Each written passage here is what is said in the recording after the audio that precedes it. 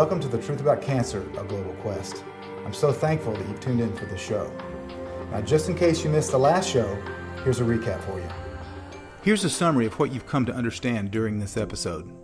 You've seen the heartbreaking truth behind why cancer is so rapidly spreading and why the false cures have been perpetuated. I hope this side of the history equation has helped you understand the foundation for why things are the way they are. You've seen the shocking decisions concerning the Nuremberg trials, where the vilest of crimes were praised, and that evil intent opened a floodgate of deception that led to the creation of a system that sought not to eradicate disease, but rather amplify it through disseminating false solutions for the sake of perpetual monetary gain. You've seen the doctors who, rather than being praised or awarded for their heroic deeds in healing their patients, have been persecuted, slandered, threatened, and in some cases have even had their patient records destroyed, their practice shut down, they've been imprisoned, even run out of the country, and have had their families undergo harassment and heartache for their loyalty to the cause. You've seen the children that have been forced chemotherapy against their wishes and their parents' wishes, regardless of their level of expertise or the effectiveness of their desired natural, proven protocol. You've seen the proof that corruption, greed, coercion, deception, and fear have been tools employed to create a system that leaves people confused and afraid rather than empowered. The great news today is that we have won the battle in your life, as you have discovered the truth, and as it said, the truth will set you free. I'm so happy that you've experienced this and that through you, your loved ones too will know the truth about cancer. I know you felt the hope and courage in the stories of the survivors that have recovered taking a natural approach, achieving feats unheard of by conventional methods of treatment. Isn't it wonderful to see real-life proof? It warms my heart to see lives restored. I hope that you've enjoyed learning these things, and while they may be difficult to hear, it does bring us to the central truth that cancer is in fact not a death sentence. In light of this truth that we have established, you can give yourself one of the greatest gifts in this moment, and that is the peace that results when you are free from fear. You do not have to live in fear. You can prevent and beat cancer.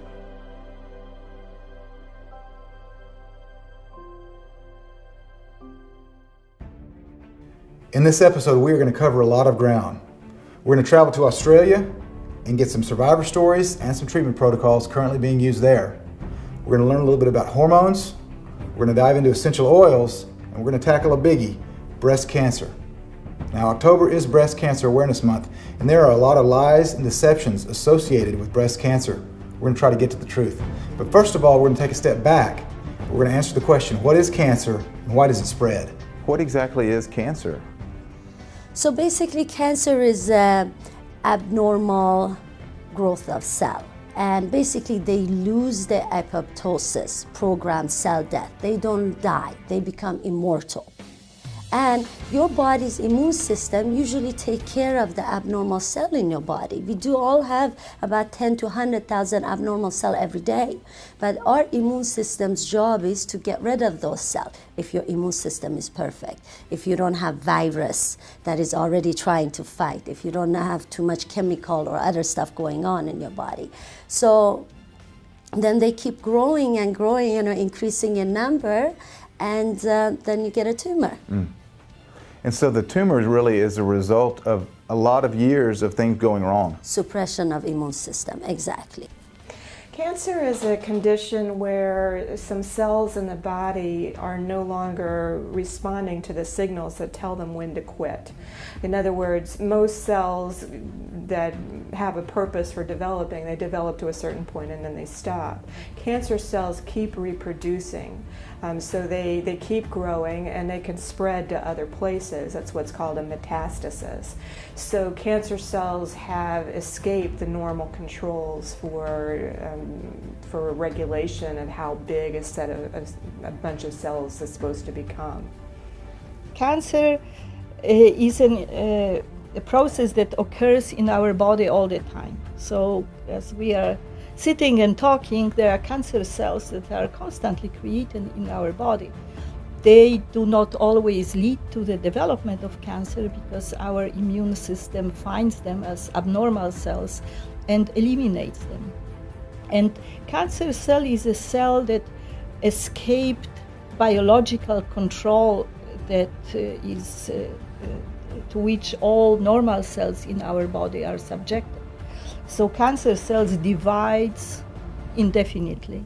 And also cancer cells are immortal. They never die because the genetic program that regulates life and death cycle in those cells has been damaged. And cancer cells also have another ability. They are not happy in sitting in one spot in our body. They invade our organs, and also they metastasize, which means that they escape to other organs. And metastasis is the most dangerous process of cancer, because 9 out of 10 patients die of metastasis, not of primary cancer. So cancer results from a failure of the immune system, and the majority of cancer patients do not die from the primary tumor. They die from the spreading or the metastasis of cancer. So it seems like we should be focusing on how to stop the cancer from spreading, doesn't it? If our army wants to stop the invasion of foreign troops, it must be able to communicate with each other. Otherwise, we can't stop the invasion. The same goes for our own personal army, the immune system.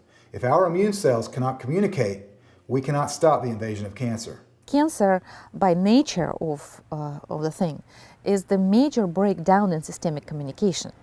So what happens with the cancer, as you probably know, the body just does not see the growing tissue. We all grow little cancers in our bodies many times a year, maybe sometimes once a day. However, this growth is always controlled by the general regulation and management system of the body. The body is computerized. So when the communication is running correctly and our lines of communication are open, then the body detects that growth on an early stage and suppresses it. However, when the lines are broken, that's when happens that the body does not see the developing tissue until it is too late. If the body is not aware of the growing tissue, if the communication is broken, burning the cancer out of the body is not going to help, because if it's burned in one place, it will come up somewhere else. Because the communication hasn't been fixed. Of course, and you probably met many cancer survivors or sufferers who had cancer several times. Treated conventionally, it will come up somewhere else because it is a systemic thing. Cancer is a failure of the body's own cells to communicate with each other properly. Genetics plus intercellular communication. Cancer is the mal-expression or the inappropriate expression of your DNA. It is not something that has invaded you from the outside, so you cannot look at cancer with the paradigm of carpet bombing your body, declaring war on an invader. It's not an invader. It's something internally that is not communicating correctly at a cellular level. So you need to become whole, you need to heal, not destroy, in order to overcome cancer. Now there may be extreme cases where there's a tumor that's so large that it's pressing on an artery or a nerve or something like that, where it has to be physically removed. I understand that. I'm not saying surgery doesn't have any place at all. It can have its place. But even then, the surgery is only a temporary solution. You still have to address what has led to that tumor in the first place. The present orthodox view is that cancer is a lump or a bump. That's the cancer. And if that's the assumption. Now, if that is true, then to get rid of cancer, all you have to do is get rid of the lump or the bump. And hence we have surgery. Well, that gets rid of the lump or the bump. Or we have chemotherapy, which poisons the lump or the bump. So we got rid of it. Or we have radiation, which burns it and got rid of it.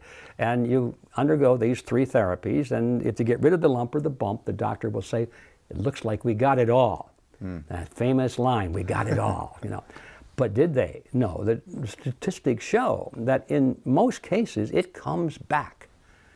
They didn't get it all because that was never the cancer in the first place, If you're a farmer and you see all these little black spots on your corn leaves, and you think, well, those are black spots, that's the disease, and you get the scissors out and you cut all the black spots away, Well, you said, we got it all, right? No, you didn't, because that wasn't the disease. What caused those black spots is still present.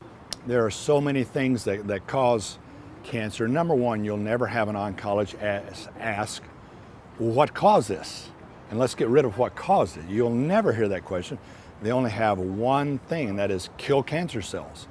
Well, what caused the cancer cells? Why did this occur in the body? Obviously, the immune system was suppressed, so are we going to unsuppress the immune system? Are we going to stimulate the immune system back into action? Are we going to lower nagalase counts from viruses and cancer cells so that the body's own defenses, macrophage activating factor, can work? So there are many things to do other than just give a poison to the body to kill cancer cells. We have to orchestrate healing here. And I think one of the main thing is the viruses. We do see a lot of different kind of viruses in patients with cancer. Not only HPV, herpes, you see mono, Epstein-Barr virus. I have a handful of patients with breast cancer who have parasites. When they do coffee enema, garlic enema, they actually see the worms coming out. Wow. And what does parasite do to your body? It suppresses the immune system. So there is some doctors who believe you develop cancer because of the parasite. Some believe candida, the fungus, yeast, but I think everything has to do with it. We start to look at some other numbers. 18% of all cancers are caused by infection. No one talks about that. 18%. 18%. 23% of all cancers are related to obesity. No one ever talks about that because obesity is running amok right now. This year, overweight and obesity in the US alone will hit 75%, with 41% being obese. And they've already doctored the numbers, the body mass index, for declaration of that. Then we look at the other environmental factors, and they lump that into 41% of all cancers are due to environmental factors. So then we're looking at an unknown 18%. And this 18% that we're looking at, it could be genetics small, 5 to 10%. Just other factors, whether it's ambient environmental radiation, non-ionizing, unlikely it's ionizing, but that can all be lumped in there into these same factors. Is there a link between obesity and cancer? Well, I think it goes... You mentioned the insulin resistance. I think it goes back to insulin resistance. There are some studies that show a correlation. The correlation, of course, is not causation. But so the central roles of whatever contributes to obesity most likely contributes to other diseases. And it could be all the other chronic degenerative diseases like heart disease and Alzheimer's and diabetes. So cancer is just one of those. That's exactly what you'd expect when you're not giving your body what it needs. But insulin resistance is the core, absolutely the core. And I've known this for 20 years. I'm grateful to Dr. Ron Rosedale, who's a physician who taught me and helped me appreciate and understand that. And that really has been one of the primary focuses of the way I've treated patients is to understand strategies to address insulin resistance. And there's just no question in my mind the single most effective intervention I've ever seen to address insulin resistance is intermittent fasting, with the right foods ideally. But that intermittent fasting, and you might say, well, I've got to eat every 2 hours, otherwise I'll pass out, I'll go no energy. And yes, that's what happens because your body is used to that sugar high and you can't burn fat. But once you make that transition, it literally is nothing short of magical. Your body is not hungry anymore. It just isn't hungry. We were never designed to sit down all day long. This is another problem. When you're sitting down, it causes massive challenges in your system, which was never designed to do. We were never designed to sit for 8 or 10 hours a day. So that's why I think it's really good to get up and walk, a few miles a day, 7,000 to 10,000 steps a day or more, in addition to an exercise program. So it's not just exercise, it's movement. That's so critical. And it doesn't have to be walking, just as long as you're moving. We need regular movement throughout the day, not just 1 hour a day at the gym. Well, that's great information from Dr. Mercola on obesity and the link that it has to cancer. Now, infections, parasites, viruses, fungi, environmental toxins, these all are some of the causes of cancer. Why? Because they compromise the immune system. Again, the immune system is key. But what about genetics? Isn't genetics the main cause of cancer? You got bad genes, right? It's just bum luck. That's what many oncologists would tell you. But the fact of the matter is that's not true. Dr. Fisher didn't just pull that 5% statistic out of midair. He actually got it from the American Cancer Society's very own website. Speaking of genetics, we've all heard stories about people that have the BRCA gene and they're afraid that they're going to get breast cancer because of this. Angelina Jolie is a prime example. But was she misled? Was she misled by oncologists that told her that her only hope to avoid breast cancer was to remove both breasts? Did she choose this treatment because of a fear factor? That's completely fear-based, and it's also because the media hypes that up, especially if a famous person like Angelina Jolie has a double mastectomy. But the kind of cancer that she had is less than 5% of all women with breast cancers. And so to remove your breast is, I think, barbaric. It's really barbaric. Epigenetics, if people don't know what that means that something will act upon your genes. So your genetics, like your software, something has to open it up and read it. And so you could have a toxic chemical in the environment that opens up some cancer genes and turns them on, but we could also turn those off with plant medicine. That's much more powerful than just trying to kill cancer cells. Right. Doctors would like you to believe that cancer is genetic, that we've got genetic abnormalities, and cancer rises from a genetic predisposition or a break in your DNA or whatever it might be, but it's not true, and it's actually been proven that it's not true.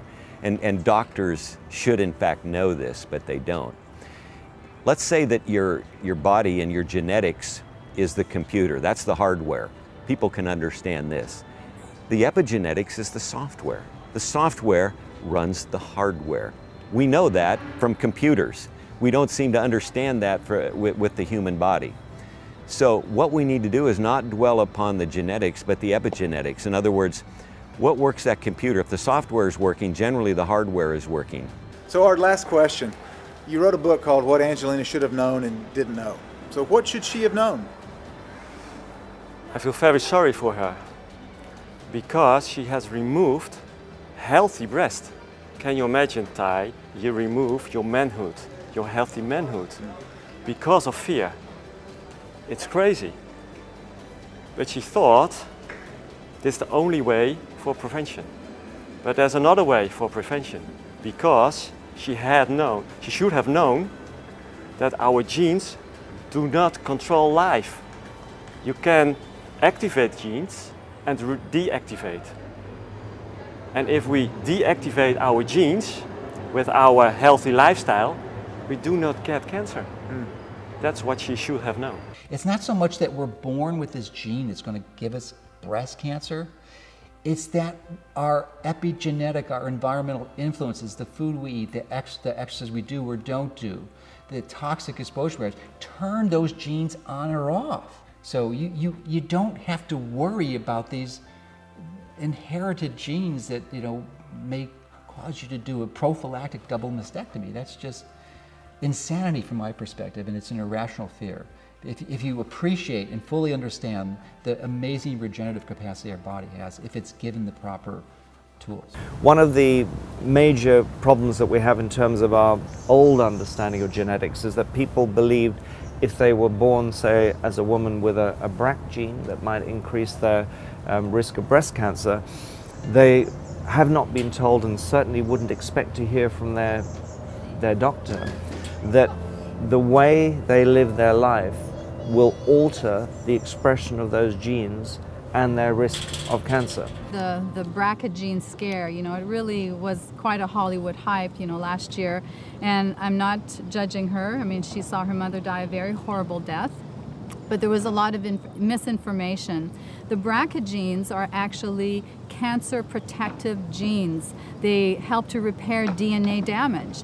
And so the BRCA gene, if it mutates, then it can cause a problem possibly, but what causes it to mutate? Look at the foods, look at the radiation. So BRCA genes are tumor suppressor protective genes.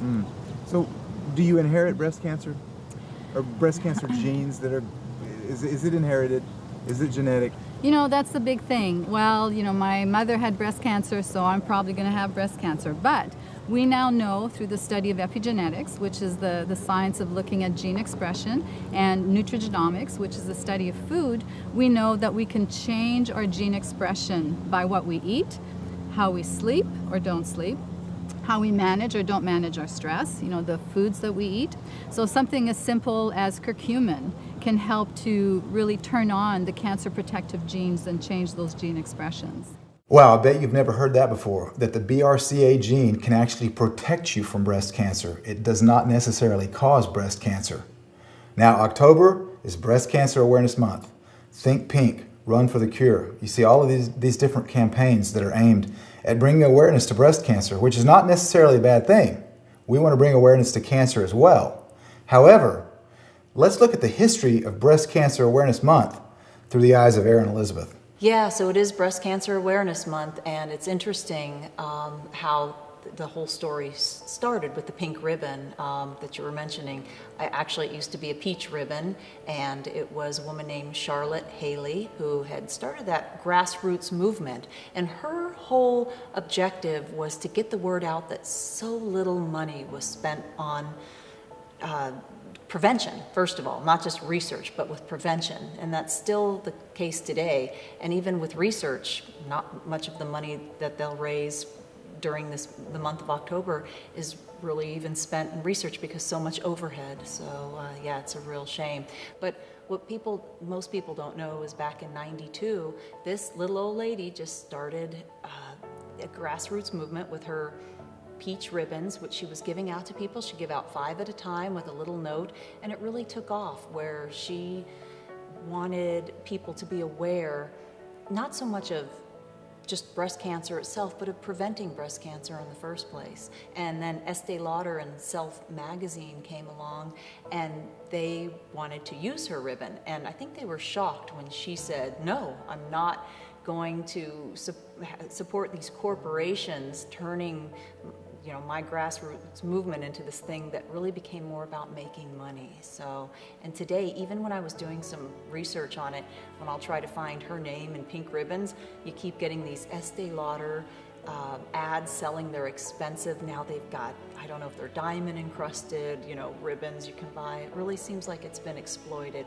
It's ironic that you have Susan G. Komen or Estee Lauder or Kentucky Fried Chicken, Susan G. Komen doing joint ventures with them with the pink ribbon, which it really boils down to that these corporations that are not really healthy are, it's a bit hypocritical that they're trying to be out there selling the pink ribbon and saying they're all about curing breast cancer. We go around and celebrate wearing pink socks and pink ribbons and buying pink lemonade on an airline to contribute to cancer. It sure does. It's ridiculous. I coach youth sports. I won't wear pink. I won't put pink on. I don't believe in that. Why? Because the pharmaceutical intervention, conventional methods are not saving lives. So now we're going to end the war on cancer. So we're going to get everybody involved. We're going to get them to run for it. We're going to get them to jump for it. We're going to get them to pray for it. We're going to get them to beg for it. So now everybody, you can't go anywhere without giving money I can't buy groceries without somebody wanting money from me. With all the money that we're pouring into Relay for Life, the Komen, really hasn't helped change things for the patients. And so you saw that firsthand as an oncology nurse for 17 years. I did. It's not on the camera, but you got some really neon pink tennis shoes on. But what about the pink movement, right? The breast cancer pink movement. What's your take on the October Get Your Mammograms? Well, its focus is on breast cancer awareness instead of breast health awareness, and the pink movement has really caused so much fear and so much misinformation when it comes to breast cancer in women. And there's so many myths involving breast cancer. Dr. V just mentioned breast cancer myths. During Breast Cancer Awareness Month, we always hear early detection is your best protection. And everyone knows that for breast cancer, mammograms are the best way to early detect. Or is this a myth? There's been at least 2 studies, very large, that have come out on the limitations of mammography. One of them was a Canadian study, I believe it was 20 or 25 years that they've watched in the past, that found no benefit. Also the Lancet, which is a large British journal, equivalent to our Journal of American Medical Association, or JAMA, came out and said that there's really no benefit at all to doing, and possibly some harm. The harm being it is ionizing radiation, which we know isn't the best for us. And also, again, with the pancake cake smasher, if you do have a cancer and you smash that wall that the body's put around it, are you spreading the disease that way? Right. I don't know, but I don't want to find out. Well, yeah, and that's the Lancet, right? That's pretty reputable. Exactly. Yeah, it's pretty reputable. And also the BMJ, the British Medical Journal, I believe, did a write-up as well. So that's 2 or 3 very reputable, internationally published. Early detection just means early death, because the earlier they find it, the earlier they start cutting you, the earlier they start treating you with chemotherapy and radiation, and the earlier you die. Breast cancer grows 7 to 12 years to a size in the breast that you can even diagnose it. So there is no rush. You know, they find breast cancer, oh, you have to go and get surgery tomorrow morning. A lot of pressure. A lot of pressure, because they don't want you to get basically the time to get educated and educate yourself. So let's talk about this early detection. Imagine your lymph system, you have 4 times more lymph liquid than blood. So your lymph system, your lymph nodes are there to neutralize poison. It's like when you have a tonsillitis, they are the big lymph nodes, and then they're just working hard. It's not a bad thing, it's a good thing, showing, oh, the tonsils caught all these poisons, and basically they're just diluting it and neutralizing it and then getting rid of it. So when you have that tie, and imagine like a pimple that's ready to burst. Now the lymph node in the breast might be working hard and being inflamed, and it looks like a pimple that's getting to burst, ready to burst. So now they put 50 pounds of pressure on it. That makes sure it bursts. That makes sure it bursts. We, as a medical society, are giving women breast cancer with our demanding that they get mammograms. Mammograms cause breast cancer, period. So mammograms are not healthy for women. Women should not be getting routine mammograms. That's crystal clear, published in the peer-reviewed literature. And yet today, if a woman went to her gynecologist or family doc, she would have this shoved down her throat, extreme coercion to go get this mammogram that's causing breast cancer.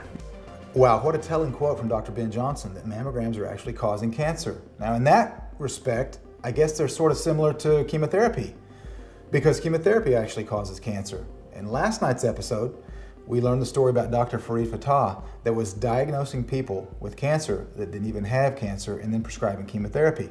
I guess you could say he was overdiagnosing them. What about mammograms?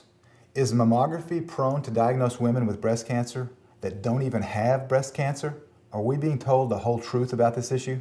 There's been a manipulation of the science, and there's been a very dangerous thing called overdiagnosis that has really afflicted millions of women over the past 30 years, especially for breast cancer. Because what they've done is that they convinced women that if they were to basically subscribe to an X-ray mammography screening, even though they have no symptoms, that ultimately that would help them in the long run. They'd have a lower risk of cancer because they'd find it early. Early detection is your best protection. Exactly. They even equated this meme with prevention, when in fact you're exposing your breast to a type of radiation that is actually known to have a higher risk of causing cancer in the breast, especially if you have the BRCA1 and 2 gene mutations that everyone is so concerned about, because they make it harder for you to to protect yourself from radiation-induced damage.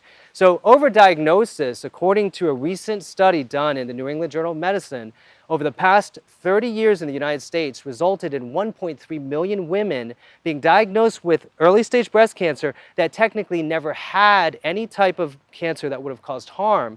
This is called ductal carcinoma in situ, or stage 0 cancer, which they equated with actual cancer, which now we know is not. And so what that basically meant is that they would give them the standard mastectomy or lumpectomy with radiation, with chemotherapy, things like tamoxifen, and then follow up hormone suppressive therapies like Arimidex. So basically what we're dealing with here is a kind of a medical holocaust of sorts, because those women now had to deal with being diagnosed with a cancer they didn't have, being treated for it, having the stigma and all the psycho-spiritual emotional stress that's caused by that. And then statistically, the industry told them that they saved their lives, when in fact quite the opposite had happened. So they identify with the aggressor like a Stockholm syndrome, and millions of people march in these breast cancer awareness marches, not realizing that it's funded by the very corporations that make money off the drugs used to treat breast cancer. We're talking about AstraZeneca, which actually is a derivative of Imperial Chemical Industries, who started Breast Cancer Awareness Month in the 80s and has a patent, or had the patent, for tamoxifen and Arimidex. So it's a vicious circle of brainwashing, and it's used to cover up really what has cost the lives, I think, of hundreds of thousands of women ultimately.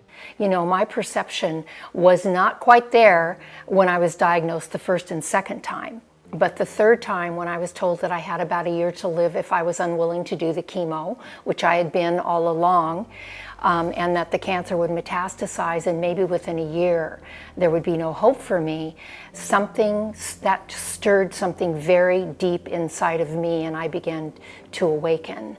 And it was not an easy journey. I still had my fears. I still had days where I felt like maybe it was easier to die than it was to live. I went through all of that, but all along, underneath all that was this guidance that I had never opened up to before, but I was beginning to follow. And that guidance, just step by step, day by day, it led me, and it saved my life. But they said it was late stage, yes, and supposedly terminal. You had less than a year to live. Yes. They thought they could maybe give me 5 years. That was a maybe. But without it, they thought within a year, they were pretty sure it would metastasize and there would be nothing they could do. I was learning to trust that information and trust my body, that my body was giving me signals. Because when I asked about chemotherapy, Ty, I would get this sort of real deep clenching in my gut, sometimes almost painful. And then when I would say something like, because I didn't know what to do, I had no idea there was an alternative out there of any kind, I would say something like, if there was something out there better for me, would that be helpful? And that clenching would just completely release. And so I knew, even though I didn't know where to go and what to do, I knew I couldn't walk the path they were asking me. You knew there must be a better way. I did. Wow, that's an encouraging story from Brenda Michaels, who healed her breast cancer naturally. And it's a stark contrast to a story that I saw recently on HBO. It was a documentary special on cancer, and a lady had been diagnosed with cancer in her left breast, and she had had it surgically removed. And you see her later in the show weeping. She's got a scar on her breast, and she says she looks like Frankenstein. And then she says, and now we're going to start radiation next week. I was so saddened for her because the lady did not know that she had options. She did not have the knowledge that you are gaining through watching the show. Much like Brenda Michaels, Dr. Veronique Desaulniers was aware of the options she had. Dr. Veronique was diagnosed with breast cancer, and she treated it and beat it. You know, as a woman, it was so shocking for me because I was the one that was helping my patients get well and reversing all these various diseases in my practice. And so when I discovered that I had breast cancer, it was really a blow to my ego, for one, and it was also a big wake-up call for me. You know, I thought I had the world by the tail. And I realized that obviously if my body allowed the cancer to grow, there was something that I was missing. And so I had to really look at my life. I had to look how I was managing my stress. I had to look at, putting pieces of the puzzle together that obviously I had missed. So it really led me down a path of, soul searching and really digging deep. There were a lot of, tearful days, a lot of tearful nights, but like I tell my clients today, you have to transform the whole person. It's not just the physical lump or bump, but you have to heal the whole body. And that means heart, soul, mind, spirit, everything. Because if you keep doing the things you've always done, you're going to continue to get the same results. Why? Why and how? So if that could happen to somebody like me, who was doing so many things that were right, then how much more so could other women be vulnerable to this, dis-ease in their body? And just helping them to understand that it's just the tip of the iceberg. It's not, cancer is not the disease itself. It's just the tip of the iceberg that shows you that there's so many underlying things. Because you have to be sick in order to develop cancer. You don't get cancer and then you're sick. Your body's already sick and it's compromised. Your immune system's weak. You're toxic. You're stressed out. And that's how cancer develops. And, so it's displacing that myth and that fear that cancer is just something that gets you. It's something that develops over a period of time. And you're not a victim of it. You have a lot of control over it. So one of the reasons that I'm doing the work that I'm doing is because there's so much information out there, and where does one person start?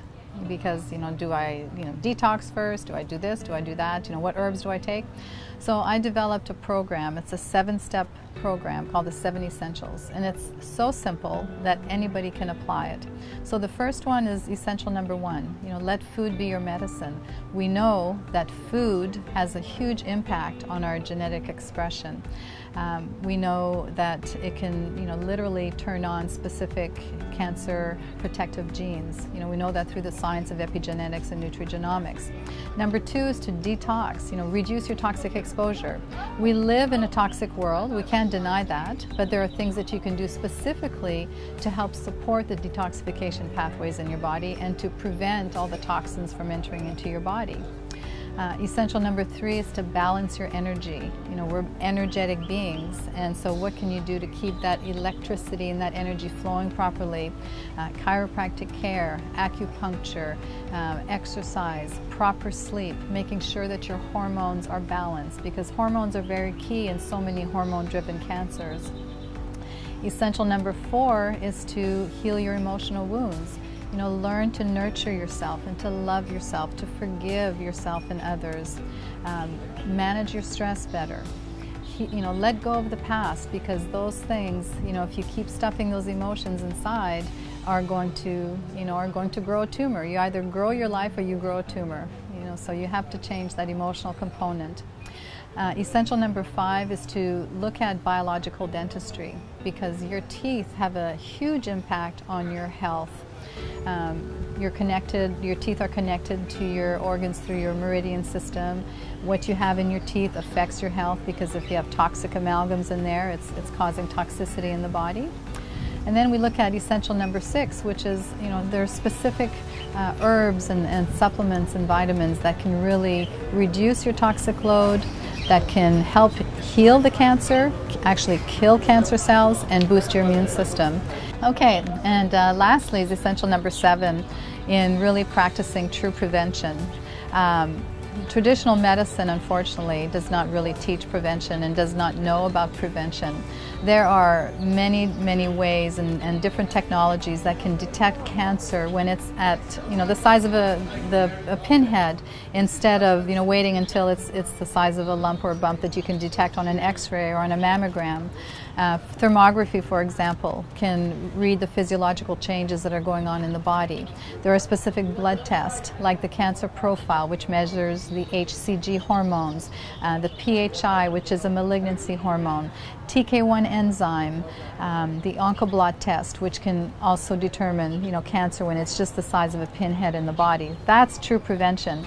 And so if you can stay on top of your health by monitoring and not just guessing about your health, but making sure that you're moving in the right direction, there's no reason to fear cancer. I agree 100% with Dr. V. There is no reason to fear cancer. Now, she just shared with us what she calls her 7 essentials. The number 1 essential was let food be thy medicine. Number 2 is detox. Number 3 is balance your energy. Number 4 is healing emotional wounds. Number 5, biological dentistry. Number 6 is specific herbs, supplements, and vitamins. And then number 7, true prevention. Now, over the next few days, we will be covering all of these 7 essentials. The last one that Dr. V mentioned was true prevention, and she also mentioned thermograms. We're about to hear from Dr. Martin Bales, whose father was a pioneer in the digital photography industry, and that's what a thermogram is, by the way. Mammogram is not necessarily the best way to detect breast cancer. There's other ways that are much better, that are superior, and one of them is thermography. You're going to demonstrate a thermographic machine for us today and talk about that. I will. My father actually invented the first all-digital infrared camera in 1979. Wow. But it wasn't for anything with body or health. It was actually for our defense. It was used in missile detection back in Afghanistan. So it was looking for heat? It was looking for heat for missiles. It used to be you had to track the missiles going across the sky manually. Now in our warheads we have that does automatically. In the early 80s, a group of doctors approached my father and said, we've heard that the body obviously has circulation and we can diagnose a lot of diseases, by seeing where there's hot spots or where there's cold. And he said, okay, I'll make a medical version for you. And he really, that's, And he that did. is fascinating. But the first one was missile detection. First was missile Okay. detection. Yeah, yeah. Basically, it can be used in any part of the body. Probably, as most people have heard, the breast thermography is the most popular. It's really limited as far as cancer to breast. Possibly some skin cancer because it is skin deep. It doesn't look like for liver or other organs, but it's a great way. It's completely painless. The ladies like it because there's no pancake smasher, as they say. There's no ionizing radiation, so it can be done as little or as often as one wants. It's just in a cooled room. But all cancers go through a process called neoangiogenesis, which is new blood vessel growth. Because the cancers grow faster than the healthy tissue around them, they have to have their own discrete blood supply after they're a couple years older. Well, it turns out that when most breast cancers, not all of them, there's a few that are fast growing, but most of them are actually quite slow growing. To become the size of a pea, it's between 8 and 10 years. So if we can catch them in year 1 or 2 when they're just getting that new blood vessel supply, well, the blood vessels are warm, and that's how the thermography is picking them up. Mammography is about 2/3 accurate at finding them when they're a pea size, so they're already 8 years old. So we're going more from a prevention standpoint. If we find something early on, we can change diet and lifestyle, perhaps do some of the therapies you've discussed here, as opposed to, okay, you've already had something for 8 years and you're already in this bucket. What can we do?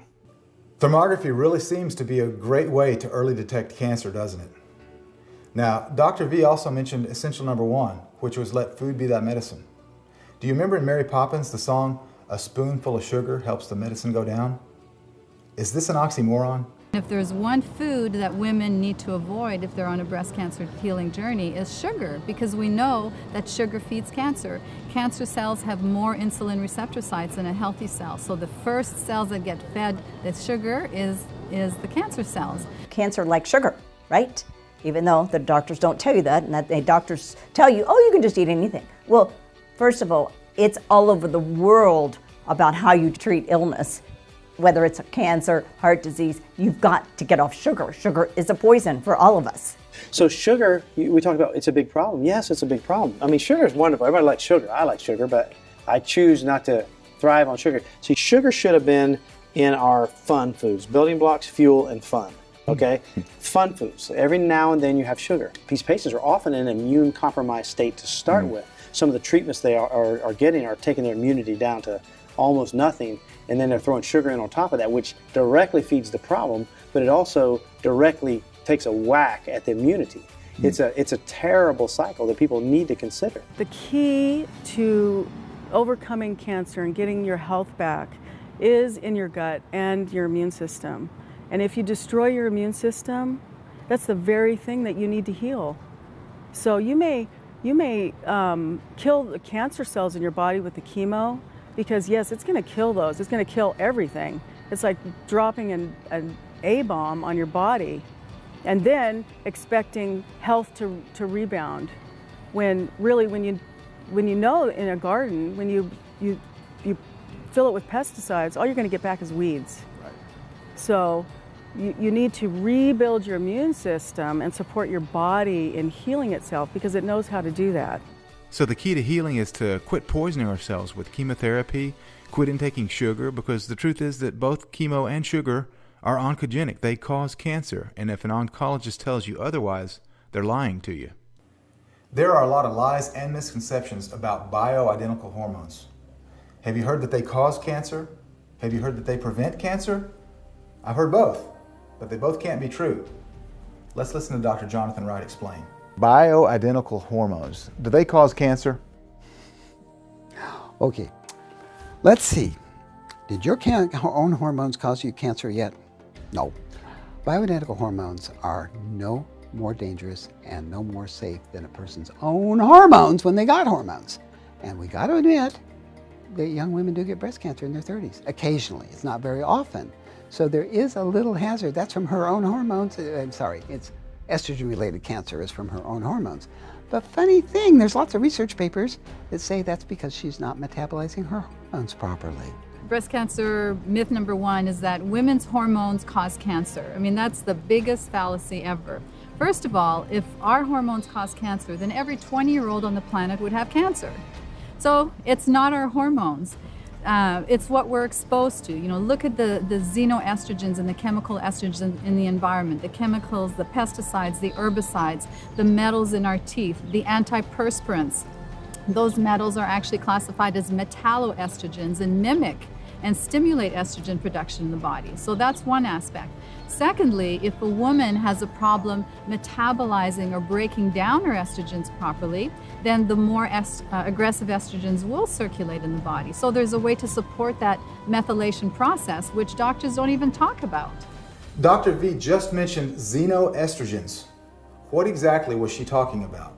Because of our exposure to environmental and pharmaceutical estrogens, right, that has the effect of throwing more gasoline on the fire.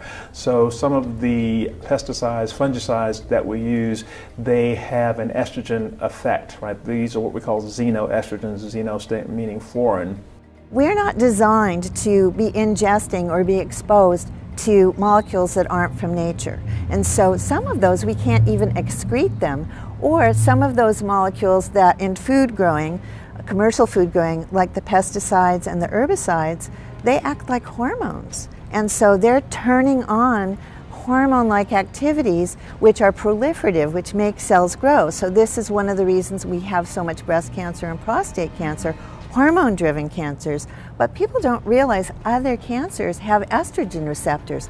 Colon cancer, pancreatic cancer, and lung cancer also have estrogen receptors. And so pesticides and herbicides will grow those cancers as well. So you don't want that kind of signaling.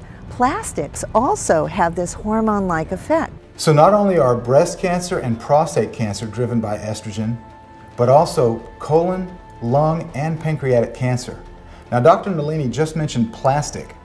What many people don't realize is that in almost every bottle of water in the plastic content, there's a chemical called BPA, that's bisphenol A, and it is a xenoestrogen. In other words, it's a foreign estrogen, and it's known to cause cancer. An interesting thing that I've seen during Breast Cancer Awareness Month specifically is bottles of water that have a pink ribbon on it. And in light of the fact that the plastic might be causing breast cancer, isn't that a little bit contradictory or ironic? Because xenoestrogens, like BPA in the plastic, they actually throw the hormone balance out of whack. What many people don't realize is that essential oils can balance the hormones. So what are essential oils? Let's go back to the basics. So an essential oil is a volatile organic compound, and one thing people need to recognize when it comes to an essential oil, there is no nutrition in it. There is no vitamin or mineral. It's a chemical that essentially God gave to the plant to protect the plant from outside threats, whether it's bacteria, viruses, fungus, or even vectors like flies, bees, whatever that might attack the plant. And so what it includes are organic compounds, not organic as we think, meaning organic having a carbon chain included in it. Organic compounds like terpenes, alcohols, ketones, esters, and you name it. It's basically chemicals. And so from the plant. From the plant. Okay. Natural chemicals from the plant. God inspired the writers of the Bible long ago when he said the leaves of the trees are for the healing of the nations. And that's exactly what this is. That's essential oils. Exactly. There is no oil for one specific issue. What we have found, and this is pretty fascinating, is that let's use the Ayurvedic model, Indian folk medicine, for example. There's an abundance of lemons in India. So you'll find that the Indians use lemon essential oil for virtually everything. Detoxification, internally, externally, whether or not you're going to clean the counter or whether or not you want to clean your skin. They use essential oils, lemon, for everything from nausea to halitosis to diabetes, cancer. Well, when you go to Australia, they're using melaleuca and tea tree and eucalyptus. When you go to Oregon and Washington, they're using peppermint for everything. So it's important to realize that these oils, a lot of them do the same things. So when I report on research, it's limited because we've only done a limited amount of research, but as far as I know, there is no essential oil that does not have a cancer effect. I just recently read a report of over 130 research articles regarding essential oils. And what the researchers came about was what essential oils do is they actually prevent angiogenesis, which is the growth of veins and arteries. It stops metastatic growth. It actually prevents DNA repair, that's pretty key. that's really key, because there was one study that compared sandalwood and frankincense, and it found that frankincense, again, triggered that apoptotic effect where the cancer cell died, but sandalwood killed cancer another way, went around the back end, in a sense, and flanked it by triggering the actual DNA to not being able to repair itself, so the cancer just died that way too. Frankincense oil, if you look at the research today, it is probably the most powerful essential oil, if not the most powerful supplement, period, when it comes to natural cancer treatment, in my opinion. What's in frankincense that makes it so good? You know, frankincense is really high in a compound called boswellia, or boswellic acid. And it's highly anti-inflammatory. It's also a very powerful antioxidant. And there are studies, actually there's a study that came out of the UK pretty recently showing that frankincense oil is effective at shrinking tumors, is effective against ovarian cancer, colon cancer, and breast cancer. And so that boswellia and frankincense, very, very powerful compound at fighting and treating cancer. And one of the most incredible things about frankincense is that, you know, the essential oils themselves are very, very small molecular compounds, and most everybody knows this in cancer treatment, that chemotherapy is not effective at treating any sort of cancer of the brain because it can't pass through the blood-brain barrier, versus frankincense oil, those compounds are so small they can actually pass through the blood-brain barrier and start to reduce that neural inflammation. And so I'll tell you an incredible story. I was speaking recently and had somebody come up to me at the end after talking about essential oils, and she said, I can attest to what you're talking about with frankincense oil. She said, my husband was diagnosed with a brain tumor 6 years ago and was given 3 months to live. We got turned on to frankincense oil, started using it every single day. We diffused it in the home. We rubbed it on the roof of his mouth. She says it's been 6 years and he's still alive, and we really believe it's because of this use of frankincense oil. But yeah, you look in the medical studies, it's effective against Alzheimer's. It's effective against any sort of brain inflammation. And again, 4 separate studies showing that it's effective at treating cancer. Allison Huish was diagnosed with brain cancer at the tender age of 13. And she used frankincense oil to treat it. Here's her amazing story. I walked out of the waiting room about an hour later to see my mom, who had just hung up the phone with tears in her eyes. And she told me, she said, Allison, you have a brainstem tumor. And I didn't know quite what that meant. You know, I was 13 years old. I just started junior high school a couple weeks prior. But I knew at that moment that my life would be different from there on out. So we immediately went to go see my doctor, to my pediatric neurologist, and he showed my parents what the tumor was. Basically, it was a brainstem tumor, pilocytic astrocytoma is what it was, about the size of an egg, and it rested on my brainstem. So that next day, I was scheduled for emergency surgery, and they were able to get rid of about half of my tumor. It was very interesting. My doctor told me, eat all the calories you can. If you'll eat pizza, if you'll eat ice cream, because I was very skinny, he's like, just get calories in you, whatever you'll take. But in our research, we learned how nutrition was so important. I needed to give my body good calories to help support good, healthy weight gain, support the cell so I would function better. And then we started doing research on what to do. And of course, many people were pushing us to go see our radiologist and go that direction.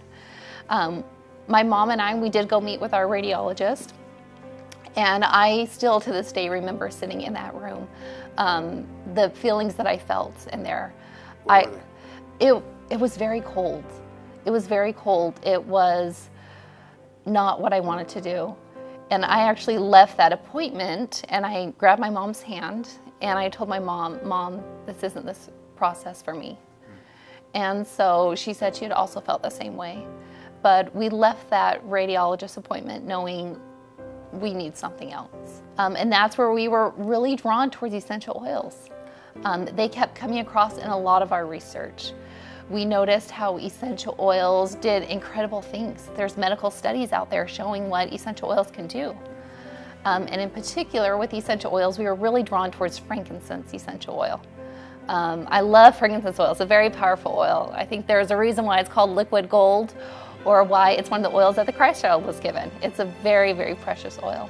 So in the Bible, the wise men that gave baby Jesus the frankincense and the myrrh, you know, maybe they weren't giving him just, you know, precious gifts, they were giving him medicine. Oh, absolutely, yeah. You know, when you hear the story of the 3 wise men bringing the infant Jesus gold, frankincense, and myrrh, I remember years and years ago, not really knowing. I mean, everyone knows what gold is. Most people don't realize what frankincense and myrrh are, but those were the two main sources of medicine during that day. And frankincense actually at the birth of Jesus would have been used, because you look at children right after they're born, oftentimes there's bruising, and sometimes it's a dramatic experience, and so they would have actually rubbed frankincense oil on a child, which actually helps bring down that inflammation and swelling. Also, it's great for supporting and protecting the immune system. So if he was exposed to different types of pathogens at that time, frankincense oil really protects the body. And so absolutely, Ty, I mean, frankincense oil was used as, it was more than just a sweet smelling fragrance. It was, it was the, biblically based medicine. Frankincense was used along with something called the holy anointing oil, which was actually had myrrh essential oil. So a lot of people, when they hear frankincense, also start thinking about myrrh. And myrrh is referenced over 160 times in the Bible. Myrrh was also, actually there's a study in the Journal of Food and Chemistry and Toxicology recently that found that myrrh, another essential oil that's referenced in the Bible, is also effective at treating cancer. Really? Yeah. Okay, because that was my next question. What about myrrh? Because you have the frankincense and the myrrh. Right. So both were medicines. Yeah. Both were sweet-smelling fragrances. And here's something interesting that Dr. Sunil Pai told us last year. From what we're looking at historically, the gold may be referenced as turmeric. Turmeric, or curcumin, specifically the part of the turmeric, but turmeric was sold and cost more than gold at the time. This is during the spice trade, or the trade route. Sure. And it was always nicknamed the golden spice. You could absolutely see that in that area in the Middle East, and turmeric today in cancer treatment. Talk about a powerful compound, frankincense, myrrh, and turmeric. You got a triple play there. Oh yeah. So, but you look at something like myrrh, and it's powerful because it really works on the hypothalamus in the liver. Okay. And so it reduces liver inflammation and also balances hormones. And what happens a lot of times today, a lot of these cancers are estrogen-based cancers. Okay. And so what myrrh can do is it really supports the body, very similar, if people have heard of indole-3-carbon, or the benefits of cruciferous vegetables. Broccoli. It works in a very similar but an even more potent way, to where it really helps clear the body of excess estrogen, or xenoestrogens that are found in things like soy and plastics and parabens today, and really helps detoxify the liver, and also boost a very important antioxidant called glutathione, which supports detoxification. Wow. So that's the way that myrrh essential oil actually helps in fighting cancer. Okay. One of the things that I've had my patients do, including my mom over time, is start creating an at-home frankincense and myrrh body butter and body lotion. And so basically she takes 10 drops of frankincense, 10 drops of myrrh, along with some coconut oil and shea butter, and makes her own at-home body lotion, rubs her entire body with that. And really those oils, the great thing about essential oils is those they've been used as aromatherapy. So those small compounds coming off the body are protecting the body. They're fighting cancer. They're doing some incredible things there, even topically. So all of my patients, or as I mentioned, my mom, take those essential oils and especially put it around that area of the neck. When you put on the neck and the back of the head, you're constantly also breathing in those beneficial compounds. So you're not only absorbing it through your skin, you're breathing it in as well. Absolutely, and that's a good point. Your skin is your body's largest organ, and this is why, this is the amazing thing about essential oils. We've talked about frankincense and myrrh. Other essential oils as well, like lavender and sandalwood, are so incredible at fighting cancer. But so many of these products people are using today, the body lotions, makeups, moisturizers, shampoos, conditioners, they are loaded with carcinogens. They're loaded with parabens and phthalates and sodium lauryl sulfate and all of these different chemicals that cause cancer, versus if people make their own at-home personal care products with essential oils, rather than causing cancer, they're fighting cancer. So I use a lot of oils. I use a lot of frankincense oil. I also use clove oil. How did you take it? Did you ingest it, or did you rub it on your skin? Yeah. Or did you do the aromatherapy? How did you do that? It was really interesting how we did it. So I did do it back here where my scar is, but I don't know how effective that was, because you do have a very thick skull. But one way that I did, and this was probably the way that was most consistent, is I always put a drop of frankincense oil on my tongue and raise the tongue to the roof of my mouth. And I did that probably about every 2 hours, because I figured, hey, that's probably the closest way I can get to my brain stem without interfering with bones or things like that. And a lot of blood vessels there too to absorb.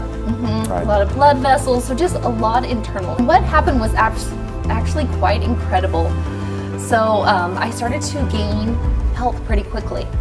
Like I said, I started junior high school and then I was diagnosed 3 weeks later. So I came home and started to regain health after my surgery. I was able to start school again with my peers the next semester. And that was pretty incredible. That's quick for a brain tumor. You know what, it was interesting. I was only in the hospital for about a week and a half. Most people are in there for about 6 weeks. But once I had my tumor, we started on good nutrition, we started on oils, and I just had an amazing recovery. And that took about 3 years. Okay. Took about 3 years, I would go see him. But every time I'd go see him, it just slowly was improving. It wasn't dramatic overnight. It was a slow, gradual process, but it took about 3 years. And I remember the point where I went to go see my neurologist, and he told me, "You have no more tumor." Really? It's completely disintegrated. Wow. What did you feel like at that point? You know what? Words can't describe. It was just like such an emotional relief. You know, I had been praying and I wanted my tumor to go away. And I was like, you know, I need another chance at life. And so when those words were said, it was invigorating. It was like I had a new life again. You know, I wanted to go to college. I wanted to become a registered dietitian. I wanted to tell people my story. And when I was told those words, it was like, this happened. And that was at the age of 16 then? That was about, yeah, the age of 16, Okay. 17 is when that happened. Okay. So ever since then, my health has just been improving. Wow, what an inspiring story from Allison, how she healed her brain cancer with essential oils. Another inspiring story is from Dr. Josh Axe, who actually healed his own mother's cancer using essential oils. You know, my mom's actually battled cancer twice, and the first time a little over 20 years ago. And it actually came to a shock as our family. My mom was diagnosed with breast cancer at 42. And growing up, my mom was my gym teacher at school. She was a swim instructor. So always really fit, active, and healthy, but yet diagnosed with cancer. And my family lived in what I call the medical model at the time. And you know, we were always taking drugs. My mom was always taking some sort of medication, but she went and had a mastectomy. She went through rounds and rounds and rounds of chemotherapy. And Ty, I can still remember this day, seeing my mom's hair fall out. I remember looking at her after the chemo treatments and thinking she had aged 20 years in 2 weeks, and just saying to myself, you know, I never want to see anyone have to go through that again. And that's really what drove me into being a physician, is seeing how sick she was. And so she was diagnosed as being cancer-free and healthy, but really for the next 10 years after she went through chemotherapy, she was really sicker than ever. She spent half of her days in bed, even after, I remember she'd get home from work at 3:30 and sleep till 6 every night. She struggled with depression, she struggled with chronic fatigue, anxiety issues, and leaky gut, digestive issues, just sick all the time. And 10 years later, I was actually working as a nutritionist in Orlando and finishing up my doctorate, and she called and said, "Hey, I've been diagnosed with cancer again. What do I do?" And I flew home from Florida to Ohio, and we sat down and prayed together, and I just said, "Mom, I think we need to take care of you all naturally." And so we started an all-natural treatment program, and she started juicing vegetables every single day. We had her start doing antioxidant-rich foods, loads of probiotics, and using things like essential oils, in helping her body heal. We followed this treatment protocol for about 4 months, went back to the oncologist, and their first recommendation was surgery and radiation immediately. And we followed it for 4 months. After 4 months, went back to the oncologist, got a CT scan, called us 2 days later. He said, "This is incredible. We don't see this." He said, "But the tumors have shrunk more than half." Wow. He said, "I keep doing whatever you're doing, it's working, right? Yeah, he said, "Come back in 9 months." We went back 9 months later, and complete remission. And today my mom is in the best shape of her life. In fact, her and my dad just retired from Ohio down to Florida, and she water skis every day. She's ran 3 5Ks with me in the past few years and gotten second, third in her age group. Wow. And she says she actually feels better now in her 60s than she did when she was in her 30s. And so she actually now teaches people how to use essential oils and make healing smoothies and juicing vegetables and how to ferment their own food. And so she just is a walking testimony of really what it takes to beat and fight cancer naturally. Right, that's awesome, man. Yeah, hey, thanks a lot. Cool. Wow, it's truly amazing the medicine that we find in nature, isn't it? From essential oils to seeds to nuts to herbs to eggplant? Okay, BEC5 is a compound derived originally from an Australian plant called devil's apple. And it also is found in eggplant, and it's found in green pepper. Eggplant? It's found, yes. It's one of the things called Solanaceae, for those of you who are botanists. They all have some of this BEC5 in them. Now, the technical term for them is solacidine glycosides. And all the glycoside means is there's a sugar attached to something. It could be a string of sugars, too. All right, it was discovered by a Dr. William Cham. He likes to go by Bill, so we all call him Bill. He's a PhD. He is a brilliant guy, and he was working at a university in Australia. And someone came out to talk to him. Even though his major field is lipid chemistry, they want to talk to him because they heard he was interested about why did their livestock, when they developed cancer in the eyeball, there's a certain kind of livestock that developed a lot of that, they go rub themselves up against the devil's apple plant with their eyes, and damn, their cancer would go away. And so they talked to Dr. Cham about that, and Dr. Cham was intrigued. So he went to research it, and he isolated these things called solacidine glycosides. There's 2 or 3 of them, but they're all lumped under the name BEC5. BEC5 is Bill Edward Cham. That's his name. Oh, okay. -5. Okay. So here's what Dr. Cham found very, very quickly. What he found is that there is a membrane change in the membrane that surrounds a cancer cell. And it's any cancer cell. And as you'll hear later on from Dr. Gaston, it's every cancer cell has this membrane change. But normal cells that are not cancerous do not have that membrane change. And the key thing is that the solacidine glycoside, this sugar that sticks down, has a particular type of plant sugar that connects with a cancer cell's changed membrane, and it connects, and the cancer cell pulls that stuff inside the cancer cell, where it doesn't mess with the DNA of the cancer cell. It goes to little baggies called lysosomes, which are filled with enzymes, and they're the storage depot for enzymes that the cell uses. But this stuff, the BEC5, goes into the cancer cell, it goes to the lysosomes somehow, it enters the lysosomes, and all the storage membranes are ruptured. And so this cell is flooded with digestive enzymes, and it digests itself to death. Seriously. Now, if I have a skin cancer right here, and I put it on there, it is not going to hurt the normal skin at all. That is the key thing. This is a beautifully targeted thing. So far, it has been shown in all the animal studies and all the cell line studies that have been done, has shown that it has a very broad spectrum. So it works on lots of different cancers? So far, the evidence is showing up that it works on a very broad variety of cancers. In sarcomas, in adenocarcinomas, in squamous cell, basal cell. So BC5 went through a very interesting development phase with using it on skin cancers.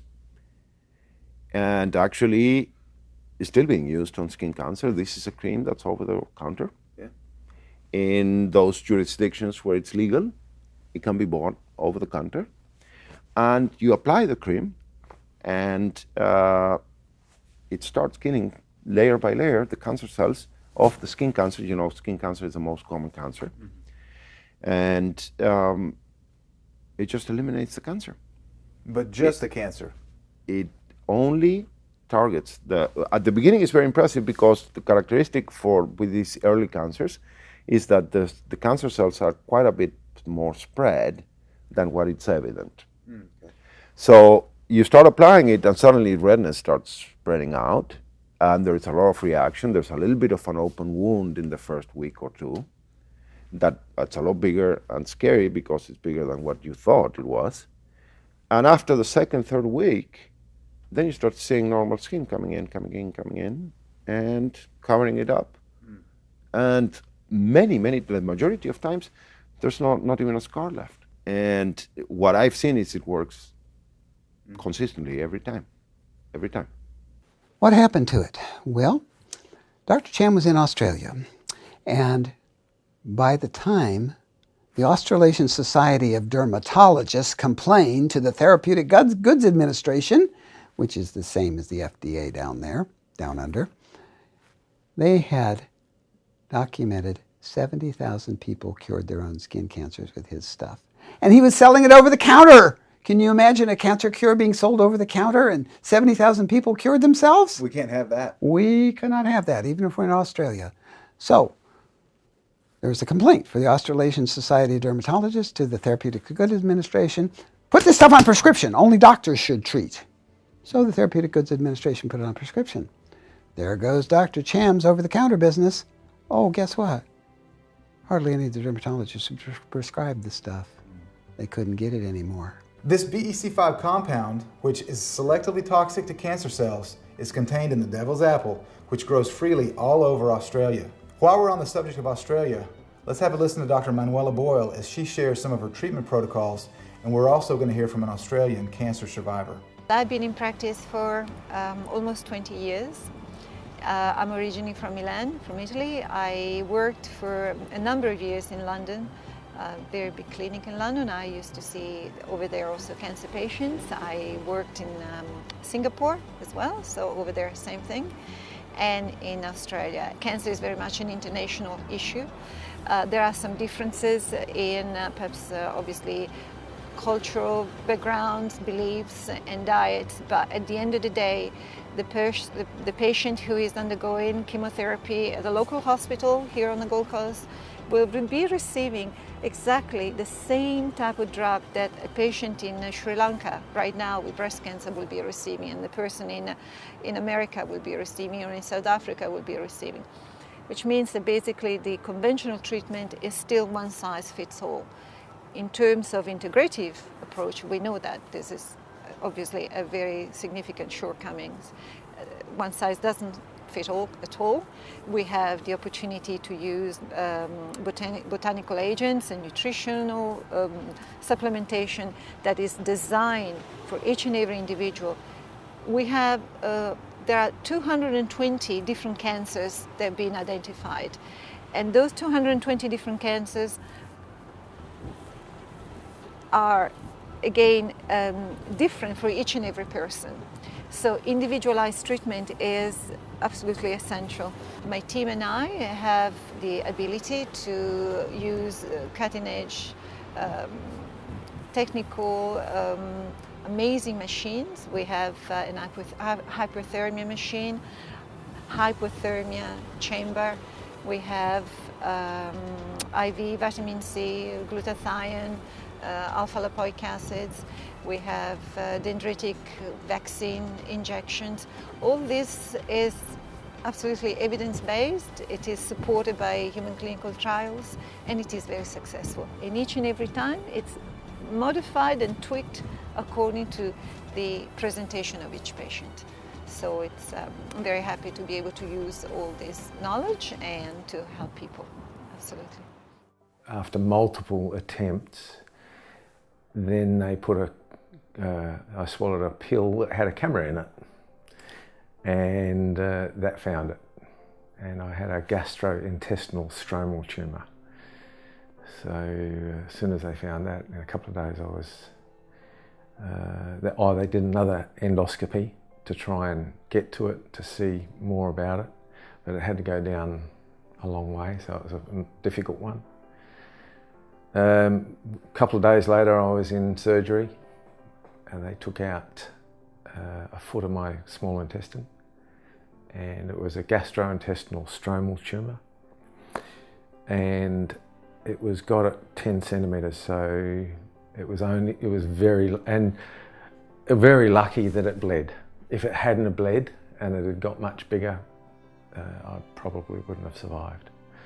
So I took it out, and I was put on a chemotherapy called Glyvac. Here, I think in America it's called Gleevec. That was hard. It just knocked the energy out of me. It was difficult. Stayed on it for a year, and I think that something about that affected me. I got a second tumour sometime later. It's probably a few years, I can't remember exactly, probably 2 years later, and that was in my neck. And it grew very rapidly. So And I decided that I wanted to approach this not just medically. So once I got the diagnosis for that, I then had to think about it. Treatment would have been chemo and radiation.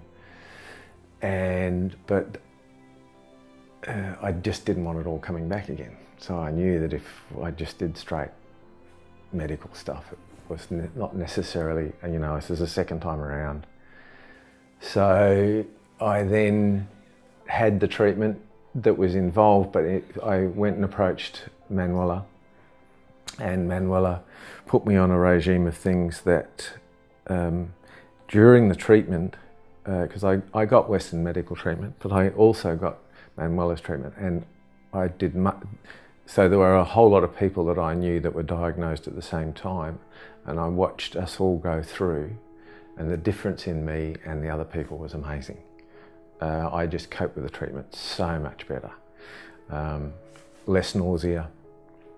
I didn't need to be fed by a tube, which nearly all of them did that were going through at the same time.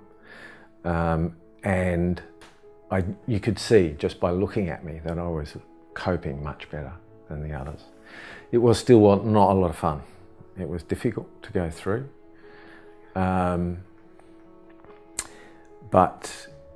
I did cope much better. I had much less of the burns from the radiation on my neck than the other people. And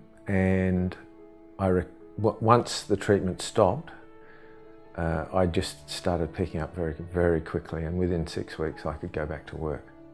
So, because we were cycled in going back to the doctors at the same time at the hospital, I saw a number of the others, and many of them 4 and 5 months later still not back at work. They were still not in a great shape. So what Manuela did for me made a huge difference. The herbs and the nutrients and the diet that I was on just made a huge difference in my recovery. How can I repay her, and how can I say enough about these things? It's I think she knows how much it has meant to me. I have a quality of life now that is great, and life ongoing. And now, 3.5 years on, back to full strength. And I've been back to full strength for quite a while. Just amazing, really, really good. Feels good. And I feel confident that it's not coming back. So I'm here to stay. During this episode, you've come to know about the true cancer facts and fictions. I'm so glad we could make it clear for you. You've learned how cancer spreads and how the immune system is the answer to stopping cancer in its tracks. You've seen the alarming data on the hidden dangers of mammograms, which, like chemotherapy, actually helps to spread cancer, the exact thing that it is supposed to diagnose and prevent. You've also seen the propensity of mammograms to lead to overdiagnosis. All these facts leading to the conclusion that there simply must be a better way. You've seen how thermography can actually diagnose breast cancer when it's as small as a pinhead, and how a life-threatening bout with cancer can be won before it even begins. The same goes for skin cancer. We've given you the most effective ways to prevent and beat skin cancer so you can make sure that your skin not only looks healthy, but it is healthy. And as we will keep reiterating, nature itself will continue to give us answers as we tap into the amazing gift we've been given that surrounds us every day. You've heard the stories of how essential oils have helped to prevent and heal cancer, like Allison and Dr. Axe's mother, and how these people will attest that their lives are indebted to the gifts given in nature. I trust that this has been not only informative but encouraging to you, as you can clearly see that the answers are simple and that there is a clear path to having a life free from cancer. Wow, we covered a lot of information in this episode, didn't we? I'm glad you joined us, and I hope you'll make plans to join us for the next episode, because tomorrow we're going to travel across the Atlantic Ocean to a little country called Latvia. We're going to learn about a virus that targets cancer cells and has been used in over 10,000 patients to completely eradicate cancer from the body with no known side effects. You're not going to want to miss the next episode. So thanks for tuning in to this one. Make plans to join us tomorrow, and in the meantime, God bless all of you.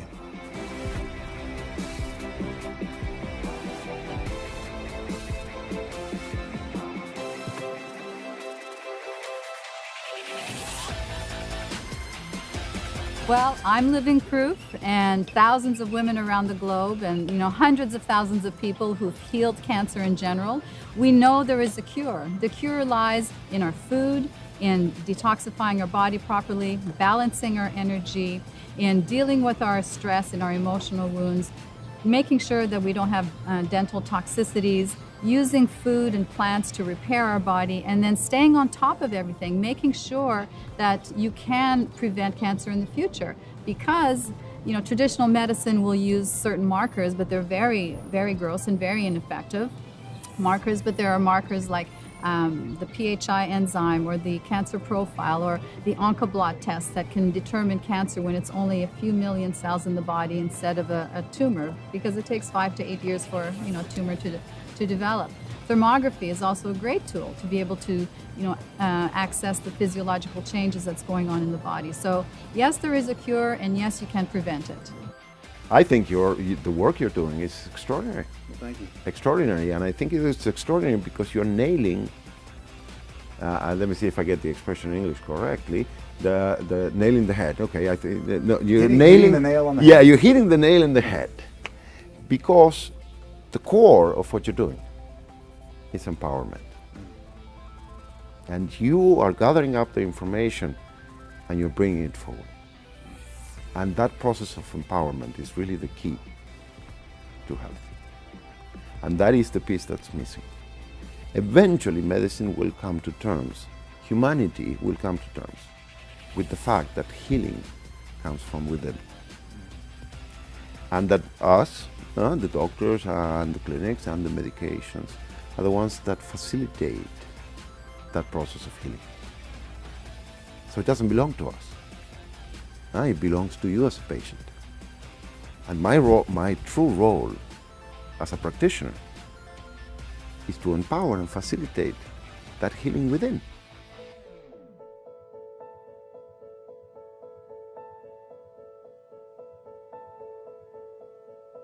Daniel? Hi. What's your last name, Daniel? My name is Daniel Wise. Daniel Wise. We're here in Atlanta. It's really a pleasure to meet you today. This is frankincense oil. What you want to do is you want to put a drop on your tongue. Let's do that now. Every 2 hours. And then you see how you feel after a couple weeks. You know what I want y'all to do to show you how much belief I got in y'all? I want you to put a tab on your finger and put it right on my lip, on my tongue, brother. This is how much I'm believing and happy to see y'all guys. Look, I don't know if his hand filthy or not. There's more help than the government gives me. That's more pure medication than the system gives us. What we just gave you is a little bottle of frankincense oil. You got it in your backpack here. I will keep it. You keep it, you use it. You're a stage 4 cancer patient with stage 4 lung cancer, right? Right. And you're going to use that every 2 hours on your tongue. And I'm going to give you a number that you can get in touch with me. And I want to touch base with you in a couple months and see how you're doing. Okay, that will All right? Good. That will be awesome. Look at this man's neck. Look at his neck. And look at my neck. That's all I want. Is that me asking for too much? Just to not be in pain all day? These boys about to make me cry. I'm punking out like a girl. Lord, please put an extra angel of protection around these guys, Lord. Let no hurt, harm, or danger come upon them. Let them be a blessing to someone else, Lord, as you sent them out for me today. I know they're looking at me like I'm a little deranged, and I am. But God made me like this, and He wants y'all to be bold. I've been suicidal this morning. Almost did it. But I knew I would be a punk, because I ain't toughing this thing out. But there's always hope, and that's the message we give you today, Daniel. There is hope. And that little bottle of oil in your backpack, that big bottle of oil. Big bottle of oil, you wait and see what it does, because I think you're going to be pleasantly surprised, brother. Thank you for your time, brother. Yeah, we love you. When you choose to own the truth about cancer, a global quest, you play a huge role in saving millions of men, women, and children that are suffering and dying from cancer, a terribly misunderstood and mistreated disease. Your support allows us to continue on our life's mission to eradicate cancer once and for all. Our mission is not only to help you and your family by arming you with the truth, but it's to share the truth with as many people as we can across the globe each and every day. Please consider joining this movement and supporting the mission by choosing to own this docuseries and by sharing it with your family, your friends, your community, and your church. Together, we can make a difference and we will save lives. Plus, a portion of each and every sale gets donated to cancer charities that are doing real cancer research and are actually helping cancer patients each and every day. Simply click the banners below to join the movement and support our mission. Thanks for watching, and we'll see you next time.